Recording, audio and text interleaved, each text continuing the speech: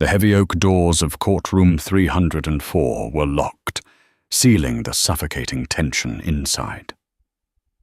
Judge Anthony Caldwell adjusted his spectacles, his patience wearing thin as the clock ticked past 4 p.m. Dust motes danced in the slivers of light cutting across the defense table, where Lydia Sterling sat frozen, her hands trembling so violently she had to clasp them together until her knuckles turned white. She hadn't spoken a single word in 3 hours. Across the aisle, her husband checked his Rolex, a smirk tugging at the corner of his mouth. He thought he had won. He thought she was broken. But the sound of the courtroom doors crashing open was about to change everything. The silence in the Superior Court of Cook County was not empty. It was heavy, pressing down on Lydia Sterling's shoulders like a physical weight. To an outsider, or perhaps to the stenographer typing rhythmically in the corner, Lydia looked like a woman who had simply given up. She wore a charcoal grey dress that was 3 seasons old, slightly loose around the waist, evidence of the 15 pounds she had lost in the last 2 months. Her hair, usually a vibrant chestnut, was pulled back in a severe, messy bun that highlighted the hollows of her cheeks. She stared straight ahead at the great seal of the state of Illinois hanging behind Judge Caldwell, focusing on the eagle's talons to keep from screaming. "Mrs. Sterling," Judge Caldwell's voice boomed, resonant and authoritative, "I asked you a question. Do you have any response to the affidavit presented by Mr. Sterling's counsel regarding the incident on November 14th? Lydia's lips parted, but no sound came out. Her throat felt lined with sandpaper. She could feel his eyes on her. Grant Sterling. The man who had once whispered sonnets into her ear while they lay in bed in their first cramped apartment on 42nd Street.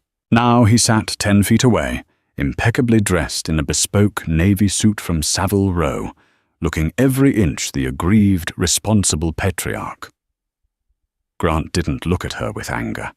That would have been easier. Instead, he looked at her with a performance of pity so perfect it made Lydia's stomach churn. He leaned forward, whispering something to his shark of a lawyer, Arthur Pendleton, shaking his head sadly as if to say, "See, she's gone. She's not there anymore." "Your Honor," Pendleton stood up, smoothing his silk tie.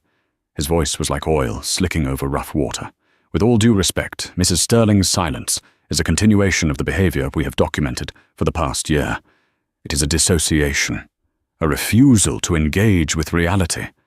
This is exactly why we are petitioning for full custody of the children and the immediate transfer of the marital assets to a trust controlled by my client. She is not capable, Your Honor. She is catatonic." Lydia's fingers dug into her palms. "Liar!" she screamed in the privacy of her own skull. "You told me if I spoke, you'd show the judge the photos. You told me if I fought back, the children would disappear to a boarding school in Switzerland." Grant had orchestrated this masterpiece of a trap. He had slowly, methodically cut her off from everyone. First, it was her friends from college, dismissed as bad influences. Then, it was her former colleagues at the design firm, pushed away when Grant insisted she didn't need to work. Finally, and most painfully, it was her own family. "Mrs. Sterling," the judge's voice was sharper this time, "if you do not speak, I will have no choice but to accept the plaintiff's testimony as uncontested fact." Lydia squeezed her eyes shut. She remembered the morning of November 14th perfectly. It wasn't a manic episode, as the affidavit claimed. She had discovered the second bank account, the one under the shell company, Obsidian LLC. She had confronted Grant in the kitchen. He hadn't yelled. He had simply laughed, thrown a glass vase against the wall, and then called the police to report that she was violent. When the officers arrived, Grant was calm, and Lydia was hyperventilating, holding a dustpan full of glass. They believed the calm man in the suit. They always did. "Let the record show," Judge Caldwell said, clicking his pen, "that the defendant remains unresponsive." Grant shifted in his seat, the leather creaking. It was a sound of victory. He knew Lydia had no lawyer. He had frozen their joint accounts 6 weeks ago, citing reckless spending, leaving her with a maxed-out credit card and $40 in cash. She was representing herself, which meant she wasn't representing herself at all. She was a lamb walking into a thresher. The courtroom felt like a tomb. The air conditioning hummed a low, monotonous drone. Lydia felt a tear escape, hot and humiliating, tracking down her cheek. She was going to lose her house. She was going to lose her dignity. And worst of all, she was going to lose Leo and Sophie. "Proceed, Mr. Pendleton," the judge sighed, rubbing his temples. Pendleton smirked. "Thank you, Your Honor. We would like to move to the matter of the Sterling estate properties in Aspen and the commercial holdings in downtown Chicago. As Mrs. Sterling has made no contribution to the maintenance or management of these assets." Lydia lowered her head. It was over. And then a sound broke the rhythm of Pendleton's droning voice. Thud. It came from the back of the courtroom. Thud, thud. It wasn't just a door opening. It sounded like a procession. Judge Caldwell looked up, annoyed. "Bailiff, I thought I ordered these doors secured during the hearing." The bailiff, a burly man named Officer Miller, moved towards the back, but he stopped halfway. He took a step back, his hand hovering near his belt. The heavy double doors didn't just open, they were pushed wide with a force that rattled the hinges. Grant Sterling turned around, his expression shifting from bored arrogance to mild confusion. Lydia didn't look. She couldn't bear to see who else had come to witness her humiliation. But then the gasp swept through the room. It started with the court reporter and rippled to the clerk. Lydia slowly lifted her head. Standing in the doorway wasn't a stranger. It wasn't the press. It was a wall of people. 6 of them. And in the center, leaning heavily on a cane, but with eyes burning like coal, was a woman Lydia hadn't seen in 7 years, her mother. But her mother wasn't supposed to be here. Her mother was supposed to be in a memory care facility in Arizona, unaware of her own name, let alone her daughter's divorce trial. Grant had told Lydia that her mother was practically vegetative. He handled the bills. He handled the updates. Yet, there she stood. Margaret Maggie Hale. She looked frail, yes, but her eyes were sharp, lucid, and fixed directly on Grant Sterling like a sniper's scope. And she wasn't alone. To her left was Lydia's brother, Thomas, whom Grant claimed was in prison for drug trafficking in Thailand. Thomas looked tired, wearing a cheap suit that didn't fit, but he was clean-shaven and holding a thick manila envelope. To her right was a man Lydia didn't recognize initially, a tall, severe-looking man with silver hair and a briefcase that looked like it cost more than Lydia's car. The silence in the courtroom shattered. "What is the meaning of this?" Judge Caldwell barked, banging his gavel. "Who are you people?" Margaret Hale took a step forward, the cane striking the floor with a rhythmic clack. She didn't look at the judge. She looked at Lydia. "We," Margaret said, her voice shaking but loud, "are the witnesses for the defense, and we apologize for being late, Your Honor. We had a bit of trouble getting out of the basement." "Nast." Grant Sterling's face went the color of curdled milk. Grant stood up so fast his chair tipped over, crashing loudly against the parquet floor. "Your Honor, this is preposterous. These people have no standing here. That woman is mentally incompetent. I have the medical records to prove it." Arthur Pendleton was already moving, placing a restraining hand on Grant's arm, whispering furiously into his ear. "Sit down, shut up. You look panicked. Sit down, Mr. Sterling," Judge Caldwell warned, his eyes narrowing. He looked towards the back of the room. "Madame, this is a closed hearing. Unless you are on the witness list, which I have right here, and you are not, you cannot simply barge in." "I wasn't on the list," Margaret said, continuing her slow, painful march down the center aisle, "because until 3 hours ago, my daughter thought I was drooling on a pillow in Scottsdale, and my son-in-law," she gestured the cane toward Grant without looking at him, "ensured that no summons would ever reach me." Lydia felt her heart restart. It beat so hard it hurt her ribs. "Mum," she whispered. The word felt foreign. Thomas, her brother, looked at her. His eyes were wet. He gave a small, grim nod. He wasn't in a Thai prison. He was here. Grant was trembling now. The mask of the cool billionaire was cracking. "Your Honor, I demand they be removed. This is a circus. That man," he pointed a shaking finger at Thomas, "is a convicted felon." "Actually," Thomas spoke up, his voice raspy, "I've never been convicted of anything, Grant. I've been working in a cannery in Ohio for 5 years. You told Lydia I was in prison, so she wouldn't try to find me. You told me Lydia wanted nothing to do with me because I was a loser." The courtroom buzzed with murmurs. Judge Caldwell looked from Grant, who was sweating profusely, to Lydia, who looked like she was seeing a ghost, to the group in the aisle. "Quiet!" The gavel struck again. "I will have order." The silver-haired man with the expensive briefcase stepped forward. He moved with the fluid confidence of a man who spent more time in courtrooms than in his own living room. "Your Honor," the man said, his voice a rich baritone, "my name is Tobias Vane. I am a senior partner at Vane, Sterling and Croft." The room went dead silent. Even the air conditioning seemed to stop. Vane, Sterling and Croft. It was the law firm founded by Grant's grandfather. It was the bedrock of the Sterling family fortune. Grant had always told Lydia that he ran the firm alone now, that the partners were silent or dead. "I am representing Mrs. Lydia Sterling," Tobias Vane announced, placing his briefcase on the defense table next to a stunned Lydia. "I object," Pendleton shrieked. It was the first time the shark sounded scared. "Mrs. Sterling has waived counsel, and Mr. Vane represents the plaintiff's business interests. This is a conflict of interest of the highest order." Tobias Vane turned to Pendleton and smiled. It was a terrifying smile. "There is no conflict, Arthur, because the entity known as Grant Sterling, as he has presented himself to this court, does not actually own Vane, Sterling and Croft. In fact, according to the bylaws invoked this morning by the board, he is currently under internal investigation for embezzlement. His assets are frozen, effective immediately." Lydia looked at Grant. For the first time in 10 years, the predator looked like prey. His eyes darted around the room, looking for an exit, but Officer Miller had moved to block the side door, sensing the shift in the tide. "Lydia," Tobias Vane said softly, turning to her. He opened his briefcase and pulled out a clean tissue.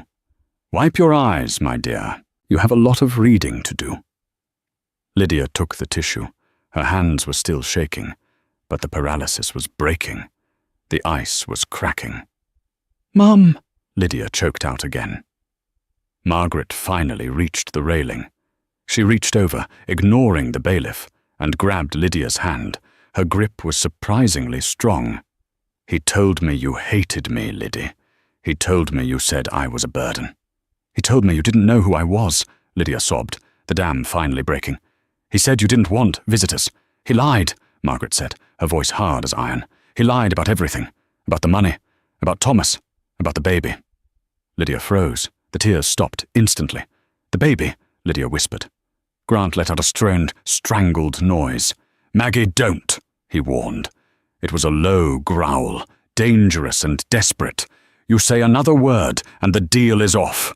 The trust fund—" "To hell with your trust fund!" Thomas shouted, stepping up beside his mother. "We don't want your hush money, Grant. We found the papers." Judge Caldwell looked like he was watching a tennis match played with hand grenades. "What, baby, Mr. Pendleton? Control your client, or I will hold him in contempt." Margaret looked at the judge, then back at Lydia. "The miscarriage, Lydia. The one 5 years ago, after the car accident." Lydia nodded slowly. The pain of that memory was a dull ache that never went away. She had lost the baby at 16 weeks after her brakes failed on the I-90. Grant had been so supportive, so kind. "It wasn't an accident," Thomas said, dropping the manila envelope onto the defense table. It landed with a heavy slap. "We found the mechanic, Grant. We found the invoice." The atmosphere in the room shifted from legal drama to something darker, something criminal.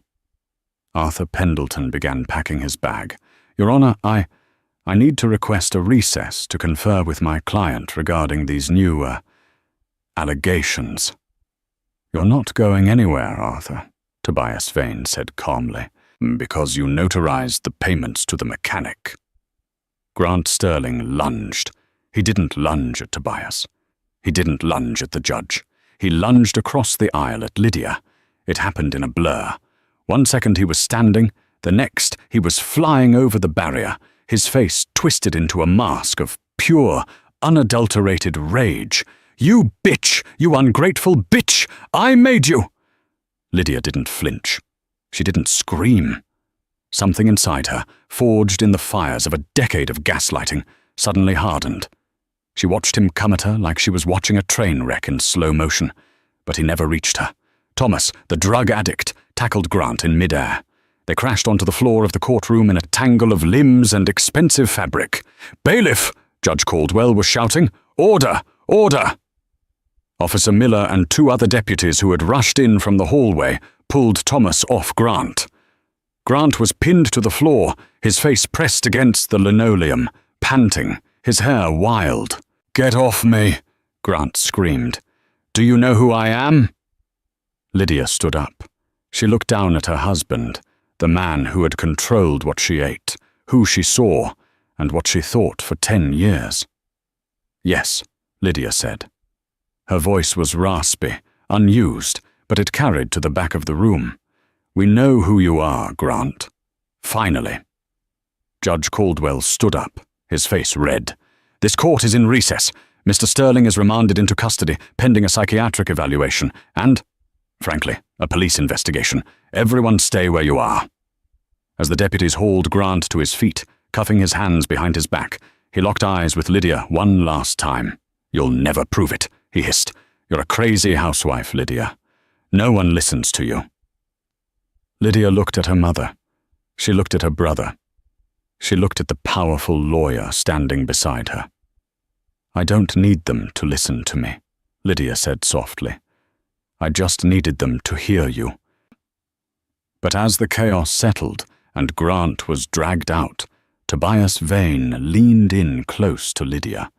His expression wasn't triumphant. It was grave.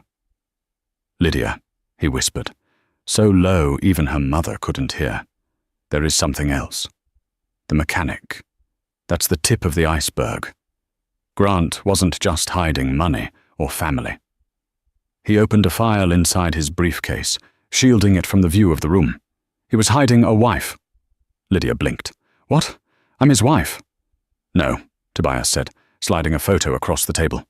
It was a black and white photo of a woman who looked strikingly like Lydia, but older, standing next to a younger Grant. I mean his first wife, the one he never divorced, the one who disappeared in the Cayman Islands 12 years ago, the one whose life insurance policy started Vane, Sterling, and Croft. Lydia stared at the photo. The woman was wearing the same necklace Lydia was wearing right now, a sapphire pendant Grant had given her on their wedding day. "He told me it was a family heirloom," Lydia whispered, her blood running cold. "It is," Tobias said grimly. "It belongs to the dead." The ride from the Cook County Courthouse to the offices of Vane, Sterling, and Croft was a blur of rain-streaked windows and suffocating silence. Lydia sat in the back of the town car between her mother, Margaret, and her brother, Thomas. She kept touching the sapphire pendant at her throat, her fingers trembling against the cold gemstone. For 10 years, she had worn this necklace every day. Grant had fastened it around her neck on their wedding morning, whispering that it represented loyalty. Now it felt like a noose. Tobias Vane sat opposite them, his face illuminated by the passing streetlights. He hadn't spoken since they got in the car, allowing the family a moment to breathe, but the air was thick with unasked questions. When they finally arrived at the firm, a glass monolith that pierced the Chicago skyline, Tobias led them not to the main conference room, but to a private study on the 40th floor. It was lined with books and smelled of old leather and pipe tobacco. It was a room from a different era, before Grant Sterling had modernized the firm with chrome and minimalism. "Sit," Tobias said, gesturing to a velvet sofa. He moved to a wall safe behind his desk, spun the dial, and retrieved a thick, dust-coated binder. Lydia sat, her legs feeling like lead. "Tobias," she started, her voice raspy. "Who is she?" "The woman in the photo." Tobias placed the binder on the coffee table. He poured a glass of water and handed it to Lydia. Her name was Rebecca Calloway. She was the daughter of an oil magnate from Texas. Quiet, shy, incredibly wealthy. She met Grant 20 years ago, when he was just a junior associate with a hunger for power that terrified the senior partners. Margaret leaned forward, her hand resting protectively on Lydia's knee. And they were married? Secretly, Tobias nodded. Grant convinced her that her father would cut her off if they married. He isolated her. Does that sound familiar? Lydia chilled. It was the exact script he had used on her. "My parents won't understand us, Lydia. Your friends are just jealous of our love, Lydia." 12 years ago, Tobias continued, opening the binder to reveal police reports and grainy photocopies of bank transfers. Rebecca liquidated her trust fund, nearly $50 million. She transferred it to a holding company in the Caymans called Obsidian LLC. 2 days later, she vanished while they were vacationing in Grand Cayman. Grant claimed she went for a swim and never came back. The body was never found. Thomas, who had been pacing the room, stopped. And the money? Grant returned to Chicago, a grieving widower, Tobias said with a dark smile, and miraculously, his firm received an anonymous angel investment of $50 million a month later. It bought him the partnership. It bought him the influence. It bought him you, Lydia. Lydia unclasped the necklace. Her hands shook so badly she almost dropped it. She placed the sapphire on the table. It sparkled innocently under the lamplight. "He gave me this," Lydia whispered. "He told me he bought it at an auction in Paris." "Rebecca was wearing that necklace in the last known photo of her," Tobias said softly. "Lydia, you have been wearing the evidence of a murder around your neck for a decade." Lydia gagged. She stood up and rushed to the trash can in the corner, retching until her stomach was empty. Margaret was there instantly, rubbing her back, murmuring soft words that Lydia couldn't hear over the roaring in her ears. When Lydia finally straightened up, she wiped her mouth. The fear was gone, replaced by a cold, sharp rage. "He didn't just kill her," Lydia said, her voice stronger now. "He erased her, and he tried to do the same to me." "He was close," Thomas said grimly. "If Mum hadn't remembered."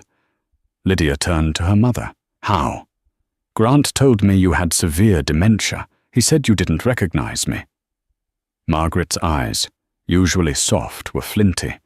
"He drugged me, Liddy. The facility he put me in. It wasn't a care home. It was a warehouse for inconvenient relatives. They kept me sedated. But about 6 months ago, they switched nurses. The new girl, Sarah, she noticed I wasn't actually sick, just over-medicated. She started weaning me off the pills. When my head cleared, I called Thomas. Thomas clenched his fists. I was in Ohio, working under the table because Grant had threatened to frame me for theft if I came back to Chicago. Mum called me, and I drove straight to Arizona. We've been building this case for 3 months. We contacted Tobias because he was the only partner Grant complained about. Grant hated Tobias because Tobias asked too many questions. Tobias nodded. I suspected Grant was embezzling from the firm, but I didn't know the extent of the rot until Thomas showed up at my door with your mother. So what happens now? Lydia asked, looking at the sapphire on the table. He's arrested. It's over. Tobias sighed, and the gravity of the situation settled back onto the room. No, Lydia, it's not over. Grant has friends in high places. Judge Caldwell kept him in custody for the night, but he will make bail. A man like Grant Sterling doesn't stay in a cell, and when he gets out, he will be desperate. He knows we have the mechanic, and he knows we have the necklace. The children, Lydia gasped. The air left her lungs. Leo and Sophie. He sent them to that boarding school in Switzerland. I haven't spoken to them in 3 weeks. Tobias's face darkened. He exchanged a look with Thomas.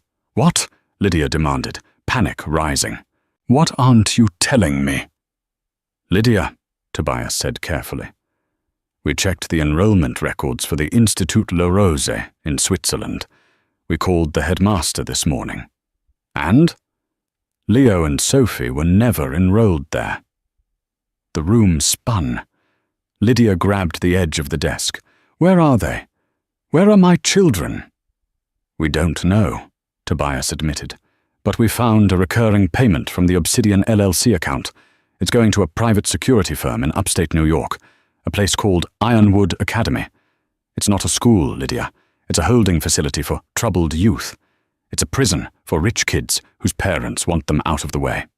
Lydia didn't cry. The time for crying was over. A mother's instinct, primal and terrifying, took over. She walked over to the table and picked up the sapphire necklace. She didn't put it back on. She clenched it in her fist until the edges cut into her palm. "I know where his private files are," Lydia said. "The ones he thinks no one knows about." Thomas looked at her. "Where?" "The hunting lodge in Wisconsin," Lydia said. "He goes there once a month to disconnect. He forbids anyone else from going. No cleaning staff, no groundskeepers. He told me it was just a cabin. But if he's hiding the children, if he's hiding Rebecca's body, it's there." Tobias looked at his watch. "Grant will be arraigned tomorrow morning. He'll likely be out on bail by noon. That gives us 12 hours. "Thomas," Lydia said, turning to her brother, "I need you to drive." "I'm coming too," Margaret said, reaching for her cane.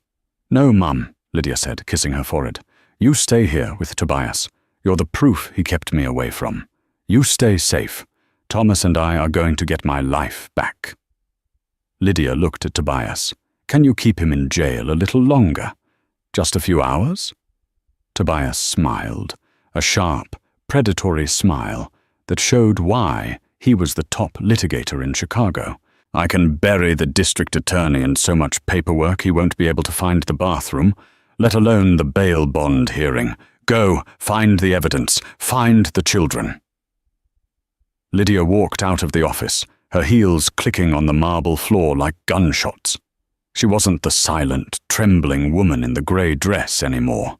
She was a hurricane, and she was heading for Wisconsin. The drive to Wisconsin took 3 hours. The rain had turned into a sleet that battered the windshield of Thomas's beat-up Ford truck. Lydia sat in the passenger seat, staring into the darkness, her mind replaying every conversation she'd had with Grant over the last 10 years. Every gaslighting comment, every subtle threat, every time he had made her feel like she was losing her mind. "You're tired, Lydia. You're imagining things, Lydia. Why can't you just be happy, Lydia?" "We're getting close," Thomas said, gripping the steering wheel. "You said take the exit for Black River Falls." "Yes," Lydia said. "It's 5 miles down a private gravel road. Turn off your headlights when we get close. He has cameras." "Grant's in jail, Liddy. He can't check the cameras." "Grant has alerts on his phone," Lydia corrected. "And even if he's in a cell, his lawyer, Pendleton, isn't. If they see us, they'll send someone." They turned onto the gravel track. The woods pressed in close, the skeletal branches of winter trees scraping the roof of the truck. The hunting lodge wasn't a cabin. As it came into view through the sleet, it was revealed to be a fortress of stone and timber, dark and imposing against the night sky. Thomas killed the engine a 1/4 mile out. "We walk from here." The cold was biting. Lydia wrapped her coat tighter, shivering not from the temperature, but from the dread radiating from the house. This was Grant's sanctuary, his lair. They approached the back entrance.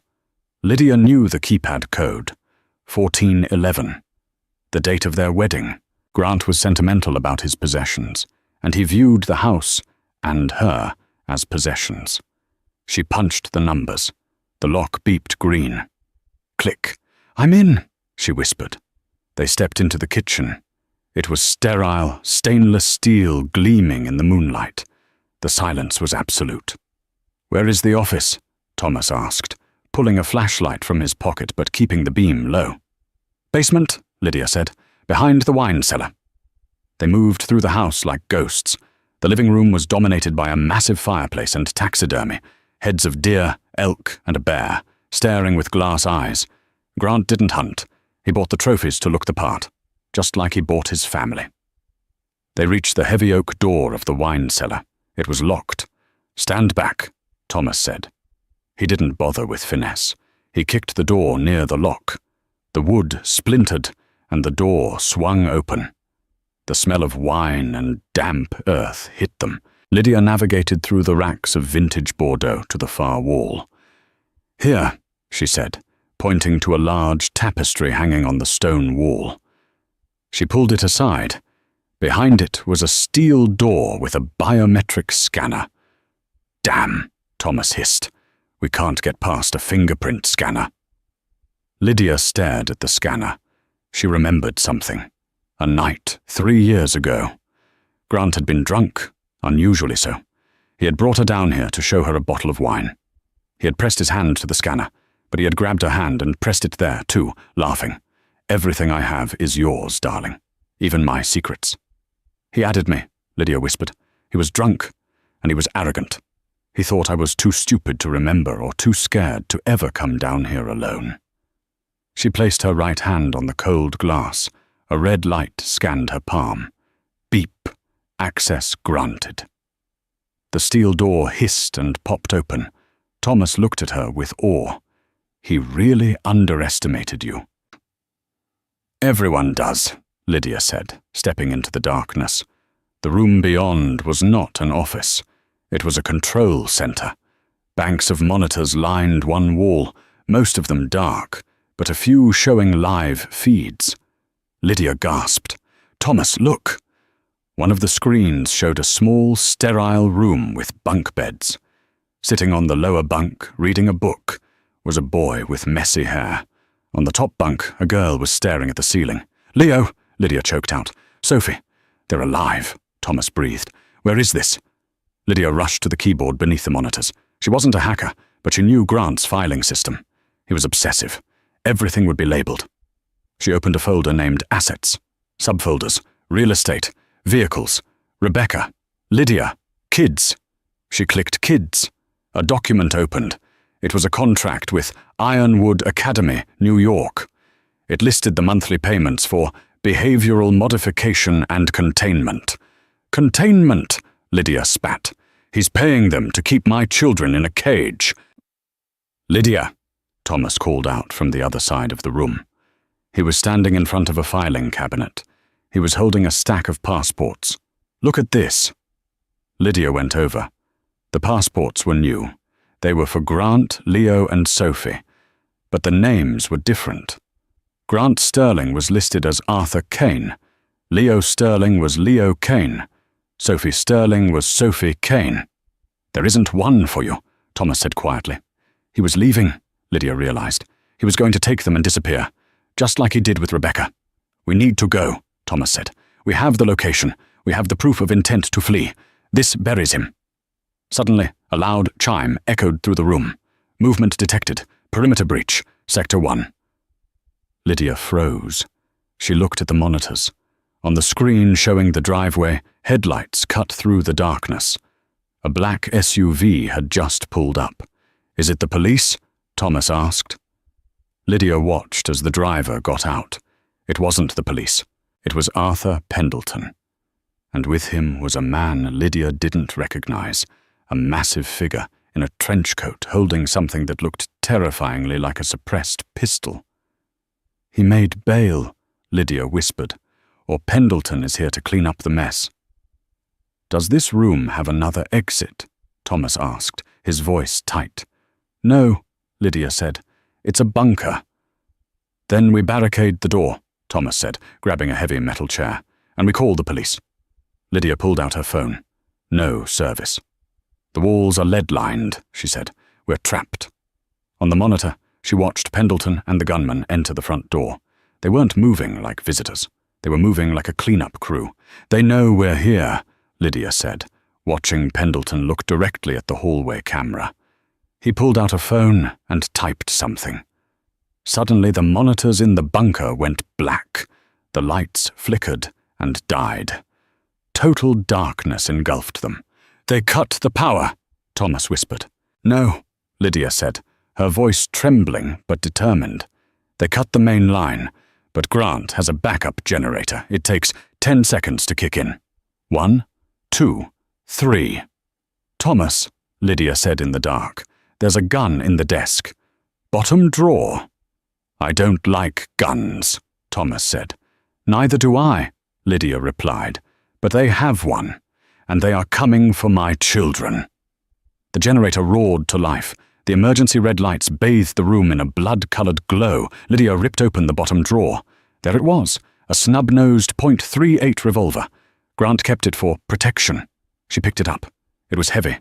"Lydia," Thomas said, listening at the door, "they're in the wine cellar." Footsteps. Slow, deliberate footsteps crunching on the broken wood of the outer door. "Mrs. Sterling?" Arthur Pendleton's voice slithered through the steel door. "I know you're in there, and I know you have the brother. Here is the situation. Mr. Sterling has been granted bail. He is very disappointed in you." Lydia cocked the hammer of the revolver. "Open the door, Lydia," Pendleton said, "and maybe we can discuss a settlement that involves you seeing your children again. Keep it closed, and the facility in New York gets a call to transfer the assets to a location you will never find." Lydia looked at Thomas. He shook his head. "Don't trust him." Lydia moved closer to the door. "Arthur," she yelled. "Yes, my dear." "I have the passports," Lydia shouted. "I have the footage of the kids, and I have the hard drive." There was a pause. "That's unfortunate," Pendleton said. "Mr. Clean, open it." A sizzling sound. They were using a torch on the lock. "We have maybe 2 minutes before they cut through," Thomas said. "What do we do?" Lydia looked around the red-lit room. Her eyes landed on a ventilation grate near the ceiling. It was small, maybe 18 inches wide. "Thomas," she pointed, "the air intake." "I can't fit in that," Thomas said, "but you can." "I'm not leaving you," Lydia said. "You have to," Thomas said, grabbing her shoulders. "You have the evidence. You have the gun. You're the mother. You have to get to Leo and Sophie." "They'll kill you," Lydia cried. "No," Thomas smiled sadly. "They need leverage. They'll keep me alive to trade for the hard drive. You run. You get to the truck. You drive to the police station in Black River Falls." The torch was glowing blue against the steel door. Sparks were flying. Thomas boosted Lydia up. She scrambled into the vent. It was tight, dusty, and smelled of mold. "Go," Thomas whispered. He grabbed a heavy bust of Julius Caesar from the desk and stood by the door, ready to swing. Lydia crawled. She crawled through the darkness, the metal scraping her knees, the sound of the torch hissing behind her. She heard the steel door clang open. She heard Pendleton's voice. "Where is she?" She heard the sound of a struggle, a sickening thud, then silence. Lydia bit her lips so hard she tasted blood. She kept crawling. The vent sloped upward. Finally she saw moonlight. The exit grate was on the side of the house, hidden by bushes. She kicked the grate. It fell into the snow. Lydia tumbled out, gasping for air. The cold air burned her lungs. She ran. She didn't look back at the house. She ran through the sleet towards the truck. She reached the ford, her hands freezing. She fumbled for the keys. Then she realized Thomas had the keys. She was alone, in the woods, with a gun, a hard drive, and no way out. And then she saw the headlights of the black SUV parked behind the truck. Lydia didn't hesitate. She ran to the SUV. The driver's side door was unlocked. The keys were in the ignition. Pendleton was arrogant. He thought she was trapped in a box. She threw the hard drive on the passenger seat, cranked the engine, and slammed it into reverse. As she spun the car around, she saw the front door of the lodge fly open. The massive gunman ran out, raising his pistol. Pop, pop. 2 shots shattered the rear windshield. Glass sprayed over Lydia's hair. She ducked, floored the accelerator, and the SUV roared down the driveway, fishtailing in the mud. She didn't stop. She drove like a demon possessed. She was going to get her children, and then she was coming back for war. Lydia drove for an hour before she dared to stop. She pulled into a 24-hour truck stop on the outskirts of Eau Claire, her hands shaking so violently she could barely turn off the engine. The back window of Pendleton's SUV was a jagged maw of broken glass, and snow had drifted into the back seat. She sat there for a moment, breathing in the smell of expensive leather and stale cigarette smoke. Pendleton's scent. She checked the hard drive tucked into her coat pocket. It was safe. She needed to call Tobias. She ran into the truck stop, ignoring the stares of the truckers at the diner counter. She looked like a madwoman, hair matted with sleet, face smeared with grime, wearing a coat that cost more than the waitress's car, but looking like she'd slept in a dumpster. She bought a burner phone and a coffee with cash she found in the SUV's center console. She dialed Tobias's private number. "Vane," he answered on the first ring. He sounded wide awake. "It's me," Lydia whispered, huddling in the back of a booth. "Lydia, my God, where are you? Thomas isn't answering his phone." "They have him," Lydia said, her voice cracking. "Pendleton, and a hired gun. They were at the lodge. They have Thomas." Tobias swore, a harsh sound. "Pendleton is desperate. He knows if Grant goes down, he goes down. Listen to me, Lydia. You need to come back to Chicago. We need to give that hard drive to the FBI." "No," Lydia said. "If I go to the FBI, it takes time. They'll need warrants. They'll need jurisdiction. By the time they get to New York, Grant will have moved the kids.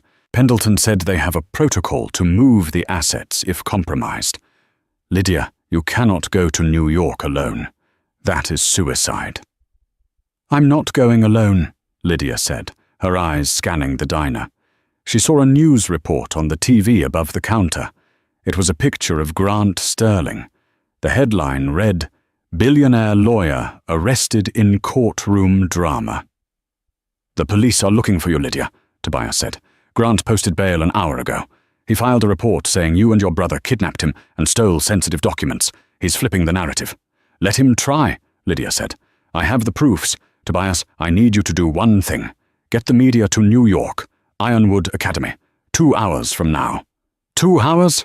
You can't make it to New York in 2 hours." "I'm not driving," Lydia said. She looked out the window at the airfield across the highway. It was a small regional airport for crop dusters and private charters. "What are you doing?" "I'm using the company credit card one last time," Lydia said. "The one Pendleton forgot to cancel because he was too busy trying to kill me." She hung up and crushed the phone. Underscore, underscore, underscore, underscore, underscore, underscore, underscore, underscore, underscore, underscore, underscore, underscore, underscore, underscore, underscore, underscore. 2 hours later, a chartered Cessna touched down on a private strip in upstate New York. The flight had cost $15,000, charged to Vane, Sterling, and Croft. Lydia stepped out into the biting wind.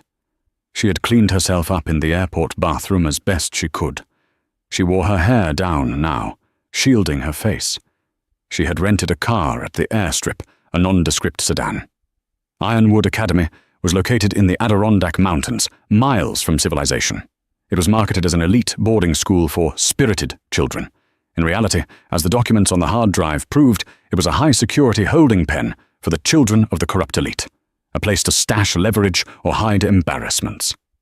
Lydia parked the car a mile down the road. She checked the revolver. 5 rounds left. She walked through the forest, the snow crunching loudly. It was dawn now. The sky was bleeding purple and grey. She reached the perimeter fence. It was 12 feet high, topped with razor wire. Cameras buzzed every 50 feet. Lydia didn't try to sneak in. She walked right up to the main gate. She pressed the intercom button. "Deliveries are at the rear," a bored voice crackled. "I'm not a delivery," Lydia said into the camera, staring directly into the lens. "I'm Lydia Sterling. I'm here for my children. And I advise you to open the gate, because I just live-streamed my location to 3 million people." It was a bluff, She didn't have any social media. Grant had deleted it all. But they didn't know that. There was a long silence. Then the heavy metal gate groaned and began to slide open. Lydia walked through. A security team was waiting for her in the courtyard. 4 men, dressed in tactical gear.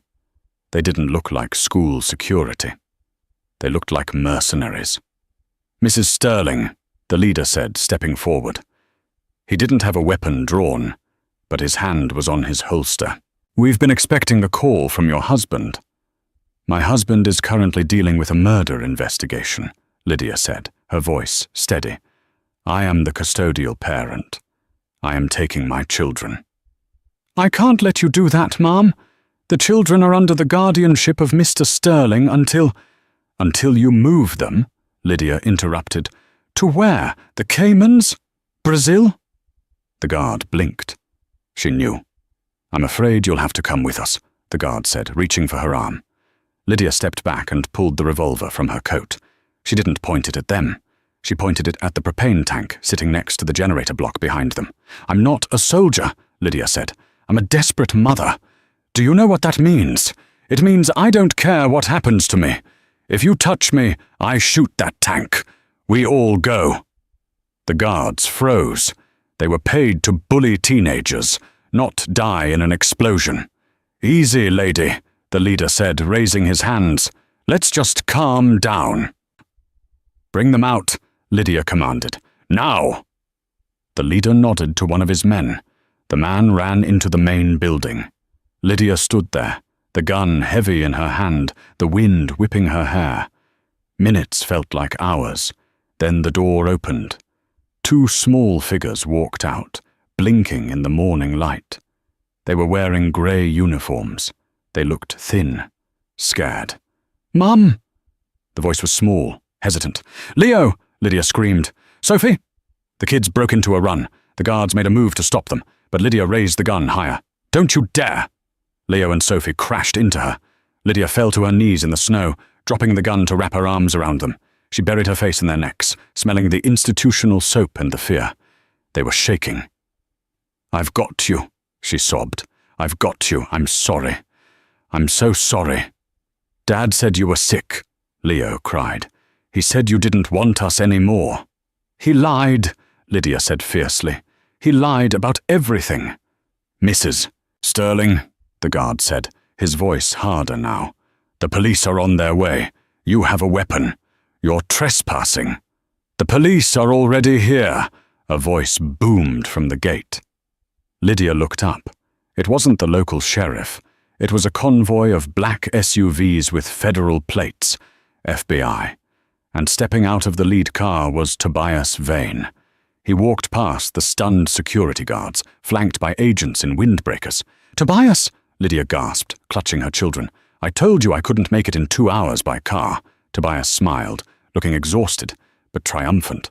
"But the FBI has faster planes than you do, and when you give them the coordinates of a kidnapping ring involving 3 senators' kids, they tend to move fast." Agents were swarming the facility now, rounding up the security team. Tobias knelt down next to Lydia. "You did it, Lydia. You actually did it." "Thomas?" Lydia asked, dread pooling in her stomach. Tobias's face fell slightly. The state police raided the lodge in Wisconsin an hour ago. They found Pendleton. And Thomas? Pendleton surrendered. But Thomas, he wasn't there, Lydia. Lydia went cold. "What do you mean he wasn't there?" The basement was empty. There was blood. But no Thomas, and no Grant. Lydia stood up, pulling her children close. "Grant was in Chicago. He cut his ankle monitor," Tobias said. "He's gone, and it looks like he took your brother with him." Lydia looked at the FBI agents securing the school. She had her children. She had the evidence. She had won the battle. But the war wasn't over. Grant had Thomas. Lydia looked at Tobias. The fear was gone from her eyes completely now. "Then we find him," Lydia said. "And this time, I'm not bringing a revolver. I'm bringing the whole world down on him." The FBI safe house in Chicago felt more like a mausoleum than a sanctuary. While the media outside buzzed with the Sterling affair, Inside, the air was suffocating. Thomas was missing. Agent Miller and Tobias argued over maps, convinced Grant was cornered. But Lydia knew better. Grant didn't care about money anymore. He cared about winning. As if reading her thoughts, the burner phone buzzed. "Hello, Lydia." Grant's voice was terrifyingly casual. "You've been busy." "Where is my brother?" "Thomas is uncomfortable," Grant chuckled, "but alive. For now." The demand was simple. The sapphire necklace and Lydia herself. Alone. Midnight at the abandoned shipping yard south of Navy Pier. "If I see a single cop," Grant warned, "Thomas dies. And wear the grey dress. I want to remember you like that." The line went dead. Agent Miller immediately called for a tactical team. But Lydia shook her head. "He'll kill him the moment he sees a badge. I have to go alone." "It's suicide," Tobias argued. "He's luring you there to finish what he started." "I know," Lydia said, her eyes cold. "But I won't be defenseless." She outlined her own terms. She instructed Miller to plant a tracker inside the sapphire pendant. Grant's obsession would be his undoing. She donned the grey dress, but beneath the silk she strapped a thin Kevlar plate over her heart. Finally, she slid a sharp hairpin into her bun. Its tip dipped in a potent sedative Tobias had sourced. Lydia stepped out into the rain, leaving the safety of the agents behind. She wasn't the silent wife anymore. She was a mother walking into the dark to end the monster's reign once and for all. The shipping yard was a graveyard of rust and rain. Lydia entered warehouse 4B, the sapphire clutched in her hand. In the center, under a harsh spotlight, Thomas was tied to a chair, beaten but alive. Grant emerged from the shadows, a silver pistol in his hand and a twisted smile on his face. "You came," he sneered, stepping into the light. "I knew you were obedient." "Let him go," Lydia demanded, her voice echoing in the cavernous space. "Give me the necklace," Grant commanded, raising the gun to Thomas's head. "Then say your goodbyes." Lydia slid the velvet box across the concrete. As Grant looked down, momentarily distracted by his trophy, Lydia saw her opening. She didn't beg. She attacked. She lunged, knocking the gun upward as it discharged into the ceiling. They wrestled in the grime, Grant screaming that he owned her, that she was nothing, but Lydia wasn't the victim anymore. She pulled the modified hairpin from her bun and jammed it into his neck. The sedative worked instantly. Grant crumpled, his limbs turning to jelly, his eyes wide with shock. "I'm not yours," she whispered over him. "I never was." Suddenly, flashbangs shattered the darkness. "FBI, down on the ground!" Agents swarmed the warehouse, cuffing the paralyzed billionaire and cutting Thomas loose. As they dragged a sputtering Grant away, Tobias rushed to Lydia's side. "You got him," he breathed, looking at the box in the evidence bag. Lydia reached into a pocket and pulled out the real sapphire. "I gave him a rhinestone fake from a drugstore," she said, watching the police lights flash. "The real one has the tracker." 6 months later, the sun shone on the courthouse steps. Grant was serving life without parole. Lydia, surrounded by her mother, brother, and children, took a deep breath of fresh air. The silence was finally gone. She was free. Lydia's story reminds us that the most dangerous prisons aren't made of iron bars, but of silence, manipulation, and control. For 10 years, she was a prisoner in plain sight, stripped of her voice and her identity. But when pushed to the edge, she found a strength she didn't know she had, not just for herself, but for her children. It took a family to break the cycle, and a mother's rage to burn down the empire of a narcissist. Grant Sterling thought he could own people. He thought money could buy silence. But he forgot the most important rule of nature. There is nothing more dangerous than a mother fighting for her young. Lydia didn't just survive. She rewrote her ending. What would you have done in Lydia's shoes? Would you have walked into that warehouse alone? Let me know in the comments below. If this story kept you on the edge of your seat, please hit that like button. It really helps the channel. And don't forget to subscribe and ring the bell so you never miss a story of justice, survival, and revenge. Thanks for watching.